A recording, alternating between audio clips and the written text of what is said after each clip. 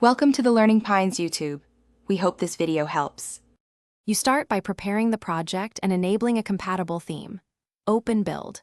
Gradle and add the material dependency. Sync immediately. Then in Styles. XML set your app theme to a material components theme that supports an action bar. Once done, make sure your manifest uses that theme for the application or specific activity.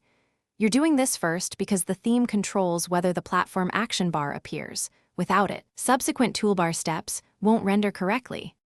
Next, you add a toolbar widget to the activity layout and wire it as the action bar. Drag or paste to Androids. AppCompat. Widget.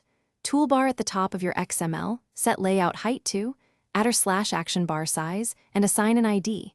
Then in your activities on Create you find View by ID that toolbar and call set support action bar toolbar.